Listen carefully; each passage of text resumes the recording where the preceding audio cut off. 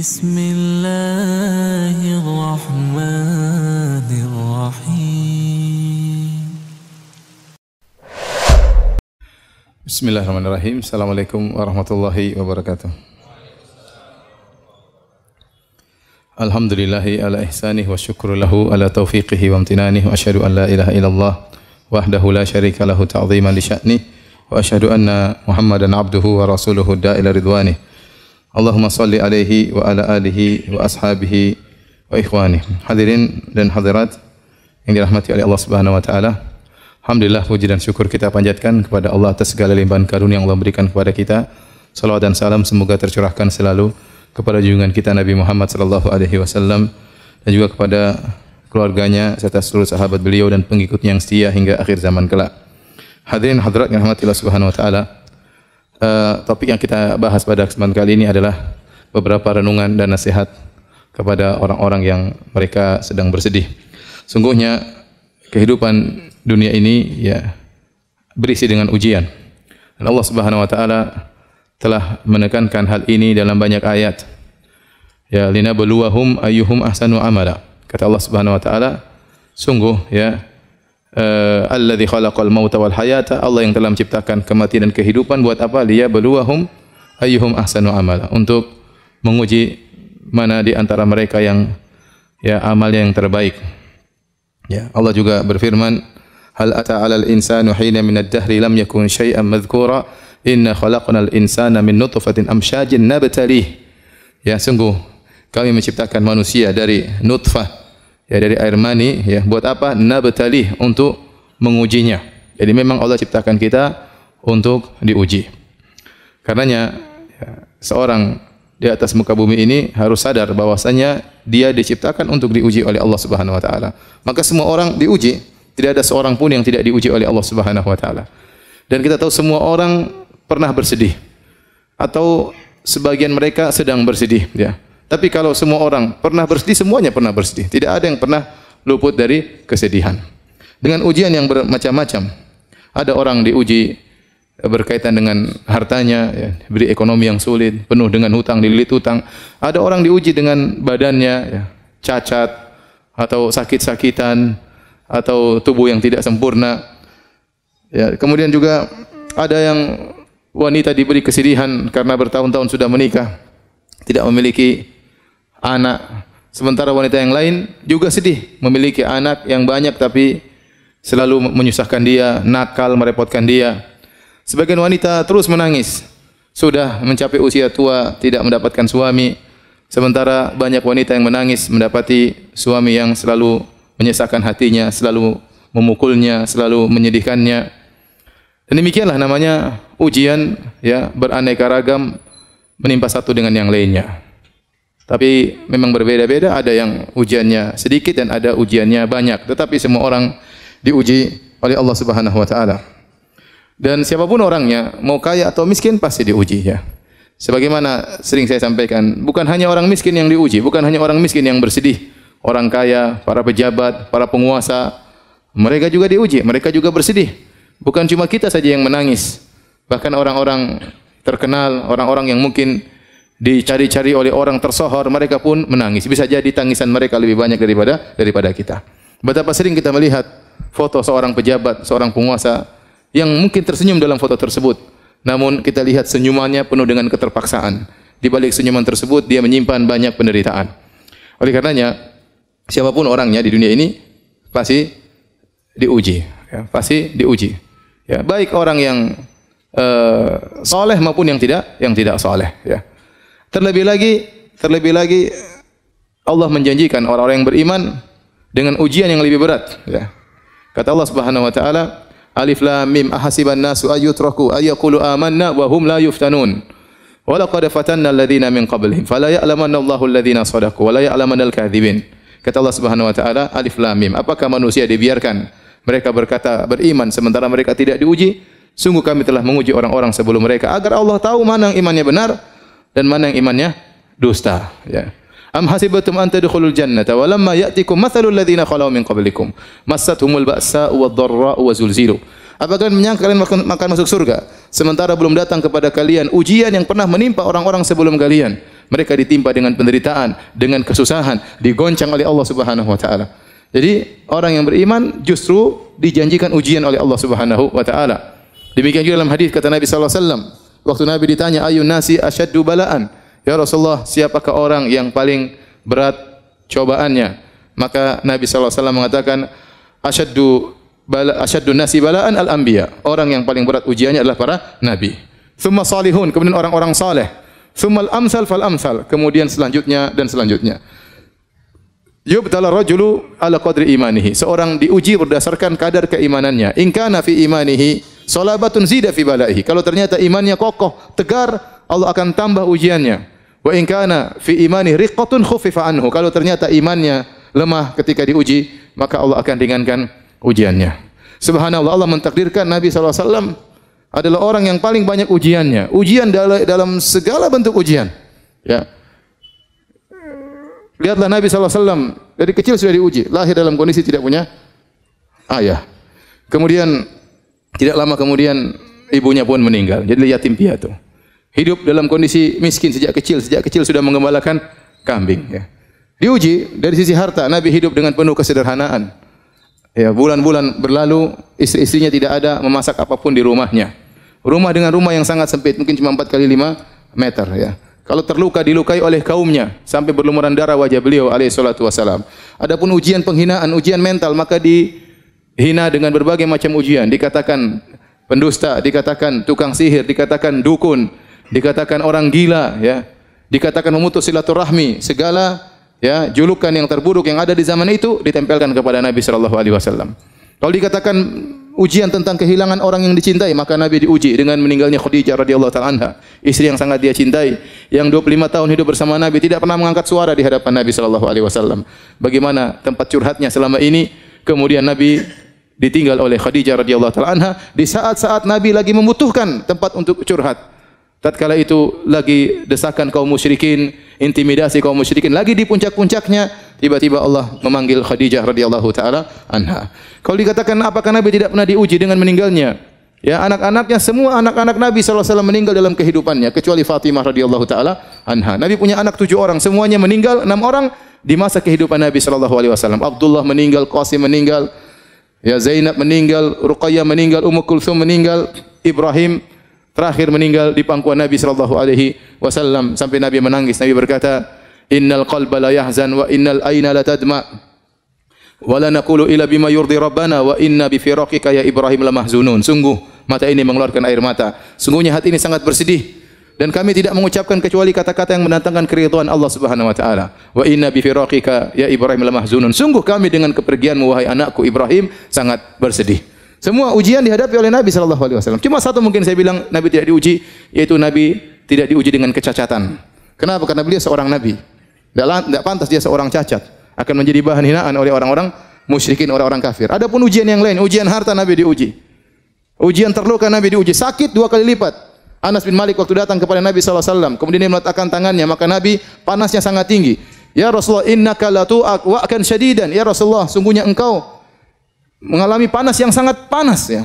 Kata Nabi sallallahu alaihi wasallam, "Ini u'ak kama yu'aku rajulani minkum." Sungguhnya aku kalau merasa demam 2 kali lipat seperti kalian.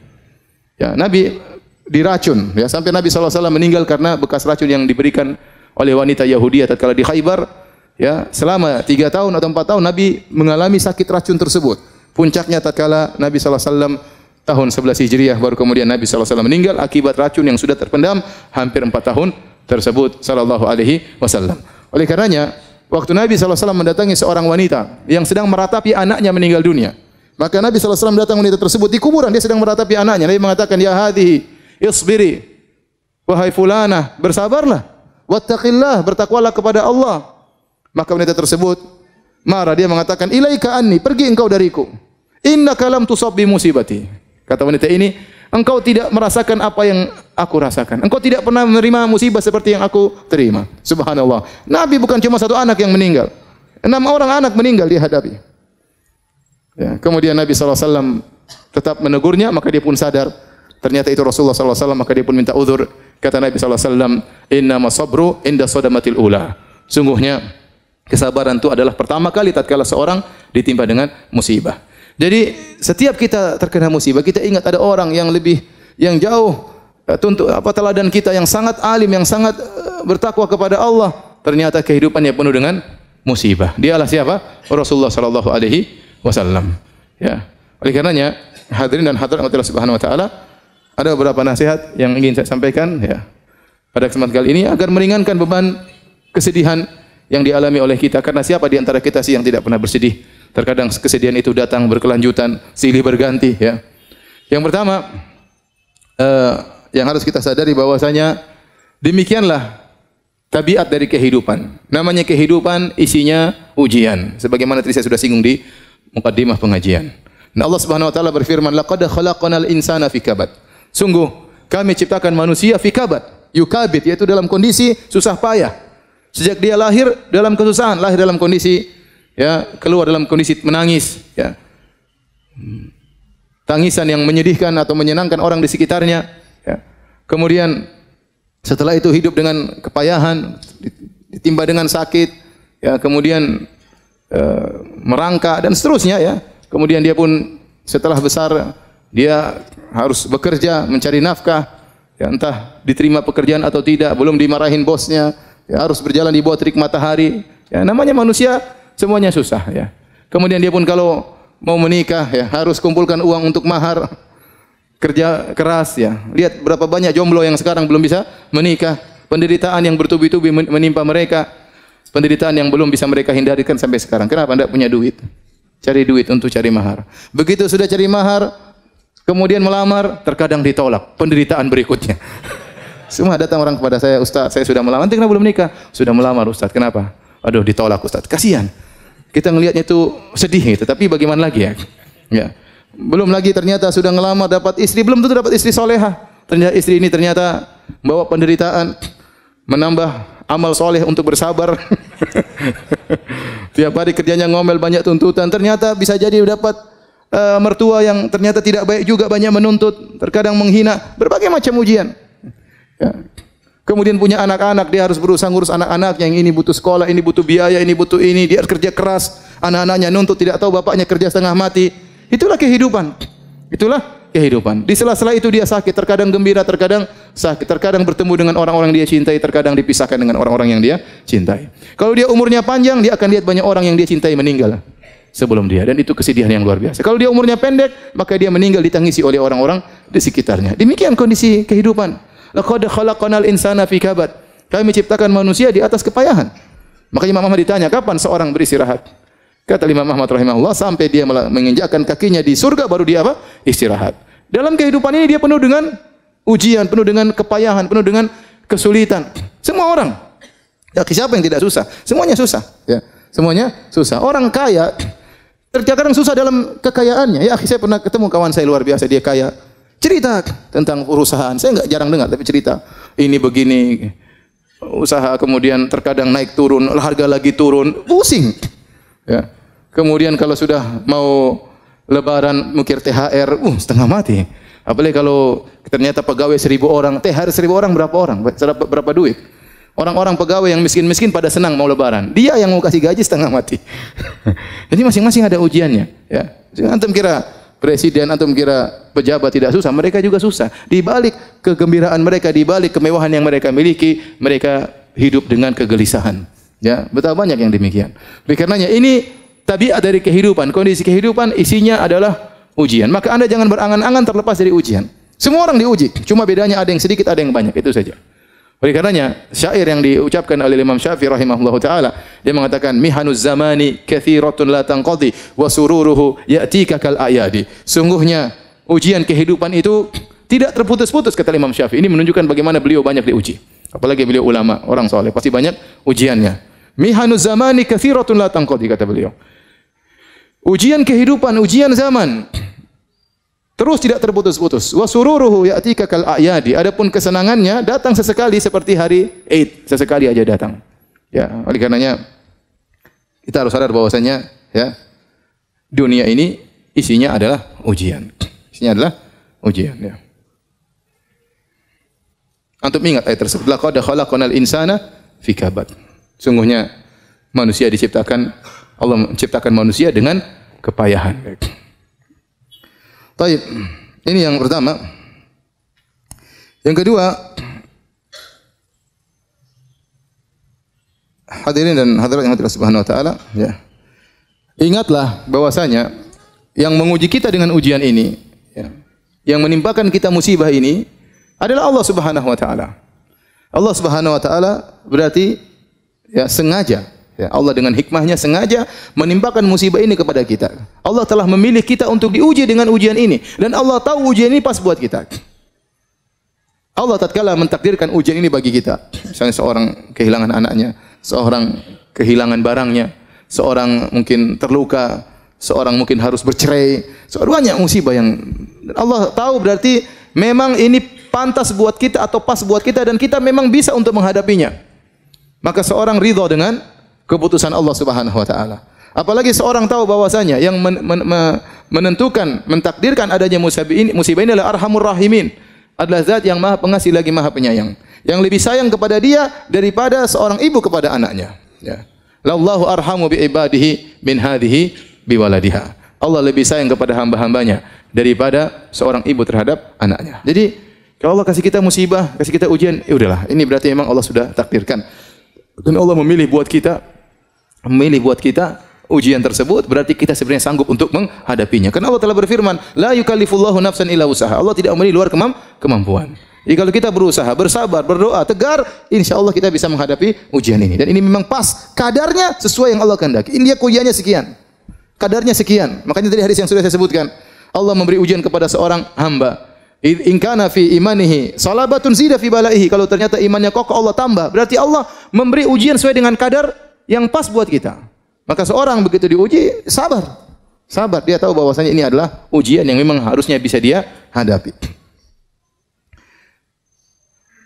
Kemudian dia harus sadar bahwasanya ujian yang datang kepadanya,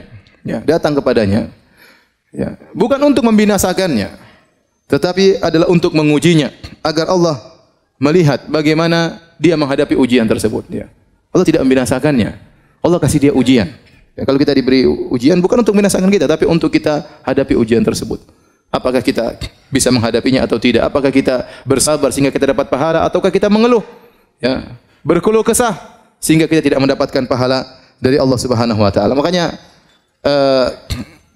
sebenarnya mengatakan ujian itu seperti obat, ya. Memang pahit tapi harus diminum. Kalau antum tidak menghadapinya dengan kesabaran, maka antum tidak akan mendapatkan kesembuhan.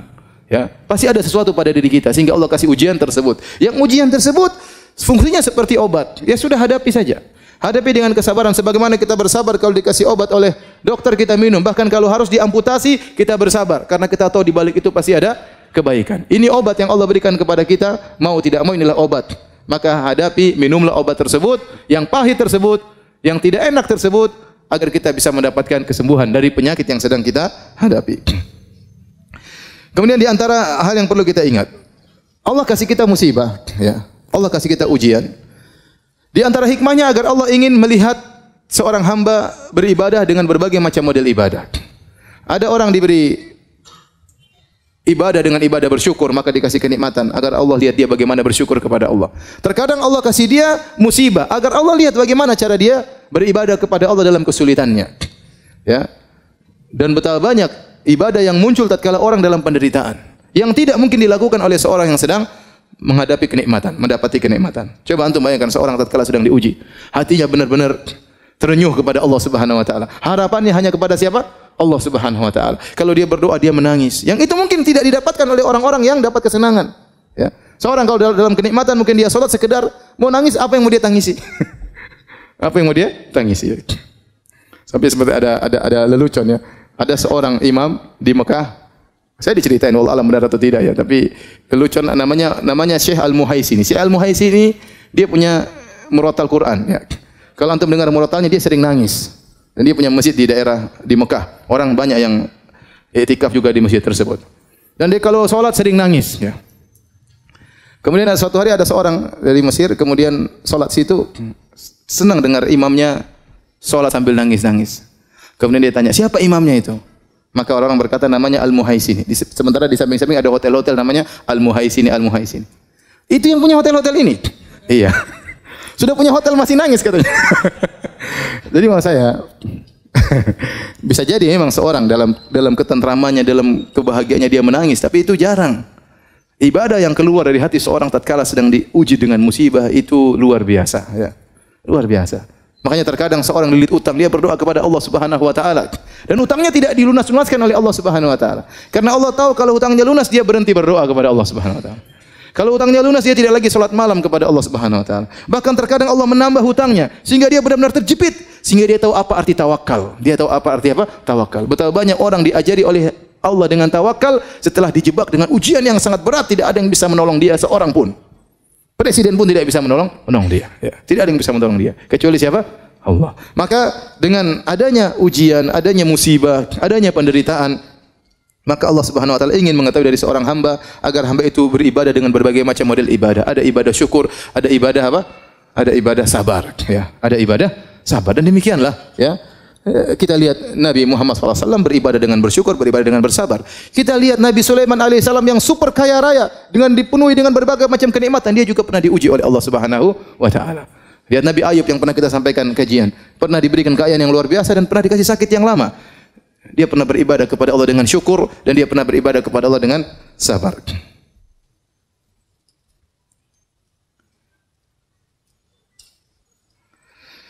Kemudian ingat, jika Anda diuji oleh Allah Subhanahu wa taala, Anda bersabar, maka sungguhnya Anda dalam kebaikan.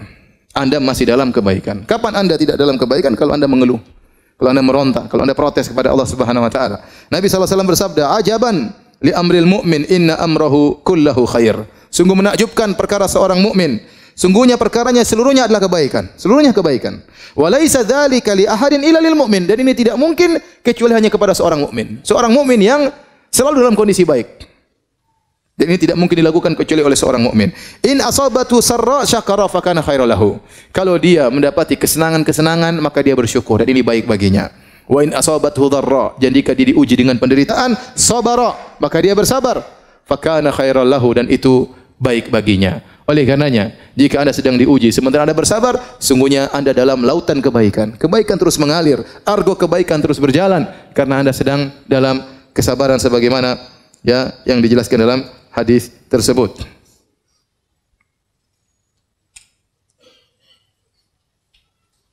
Oleh karena dalam hadis sebutkan, kata Nabi sallallahu alaihi wasallam, "Ma min ahadin minal muslimin." Tidaklah seorang dari muslimin yusabu bi bala'in, diuji dengan suatu ujian, suatu penderitaan fi jasadihi. Penderitaan di badannya, dia sakit atau yang lainnya. Illa amarallahu ta'ala al-hafazata alladziina yahfazunahu. Kecuali Allah akan perintahkan kepada malaikat al-hafazah, para penjaga, para pencatat amalan-amalan hamba. Uktubu li abdi fi kulli yaumin wa lailatin mithla ma kana ya'malu minal khair.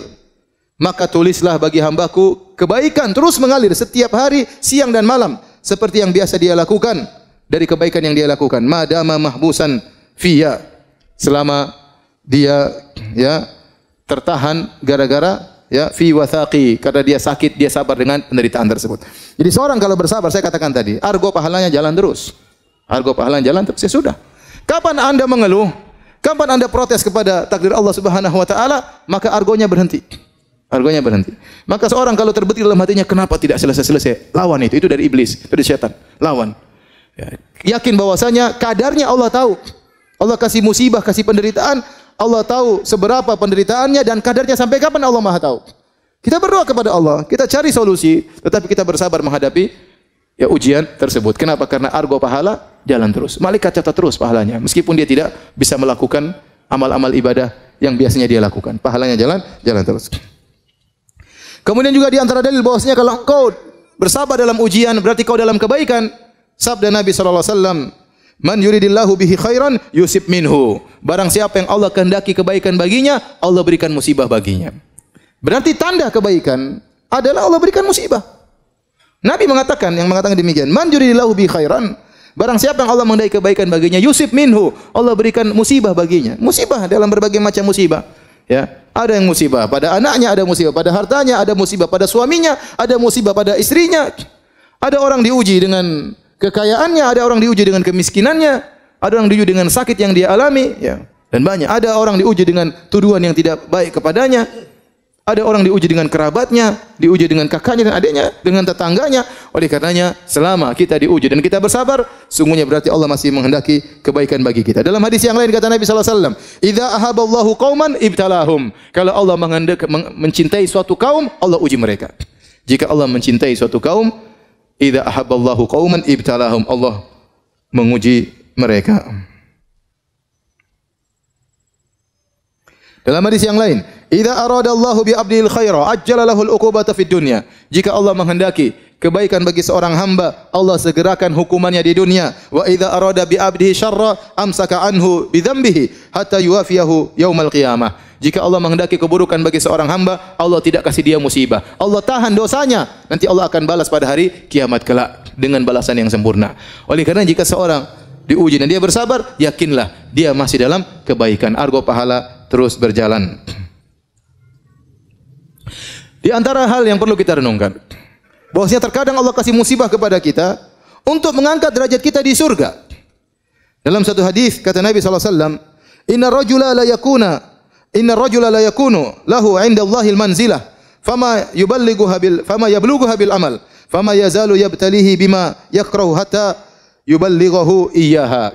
Kata Nabi sallallahu alaihi wasallam, sungguhnya seorang benar-benar dia memiliki kedudukan di sisi Allah Subhanahu wa taala.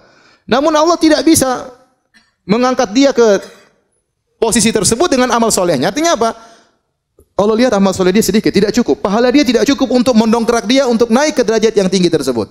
Fama yazalu yabtalihi, maka Allah terus mengujinya. Allah terus memberikan musibah kepadanya. Bima yakrah, dengan perkara yang dia tidak sukai. Hatta yuballighahu iyyaha, sampai Allah pun menyampaikan dia pada derajat tersebut. Ini yang disebut dengan musibah menambah derajat seseorang. Ya, siapa di antara kita yang tahu amal solehnya banyak? Ya akhi, kita baca Quran jarang-jarang. Ya, kita salat malam jarang-jarang. Itu pun salat malam dalam kondisi ngantuk-ngantuk. Sedekah masih pelit. Berbakti sama orang tua juga jarang-jarang. Baik sama istri pun tidak banyak. Perhatian sama tetangga kurang. Zikir juga lisan tidak pernah basah dengan zikir kepada Allah Subhanahu wa taala. Ibadah kita kurang. Kalau kita mau kita kalkulasi ibadah kita sangat sedikit. Terus kita ingin mendapat derajat yang tinggi, tidak ada cara lain kecuali dengan dikasih musibah. Di balik musibah tersebut banyak ibadah-ibadah yang mau tidak mau kita lakukan. Ya, kerendahan diri, kesedihan, kembali kepada Allah Subhanahu wa taala, menangis dalam sujud, menangis dalam salat malam. Ternyata dengan dikasih musibah tersebut, pahala kesabaran seorang hamba mengangkat dia pada derajat yang tinggi. Kalau dengan amal saja dia tidak mampu. Inilah maksud dari hadis tersebut. Dalam riwayat yang lain, kata Nabi sallallahu alaihi wasallam, "Innal 'abda idza sabaqat lahu minallahi manzilatun falam yablugha bi amalin ibtalahu Allahu fi jasadihi." Sungguhnya seorang hamba jika telah tercatat ya bahwasanya dia punya kedudukan di sisi Allah dan dia tidak bisa sampai pada kedudukan tersebut kecuali dengan amal dia, maka Allah akan mengujinya pada jasadnya. Au malihi, atau Allah akan mengujinya pada ekonominya, pada hartanya. Au fi waladihi, atau Allah akan mengujinya pada anaknya. Subhanallah. Mungkin dia diuji pada jasadnya, mungkin terluka, mungkin sakit, mungkin celaka. Atau diuji pada hartanya, mungkin usahanya gagal, mungkin kerugian, mungkin uangnya dicuri, mungkin uangnya dirampok, mungkin ada yang hilang. Au fi waladihi, mungkin anaknya yang sakit, mungkin anaknya meninggal. Subhanallah. Allah kasih ujian kepada dia. Tsumma sabbarahu ala dzalik, kemudian Allah bikin dia bersabar atas ujian tersebut. Hatta yuballighul manzilata allati sabaqat lahu min Allah, sampai Allah pun menaikkan dia, mendongkrakkan dia, didongkrak sampai pada posisi yang sudah tercatat baginya di sisi Allah Subhanahu wa taala. Jadi seorang tatkala diuji ingat hal ini. Amalan saya masih sedikit. Bisa jadi ujian inilah yang meninggikan derajat saya.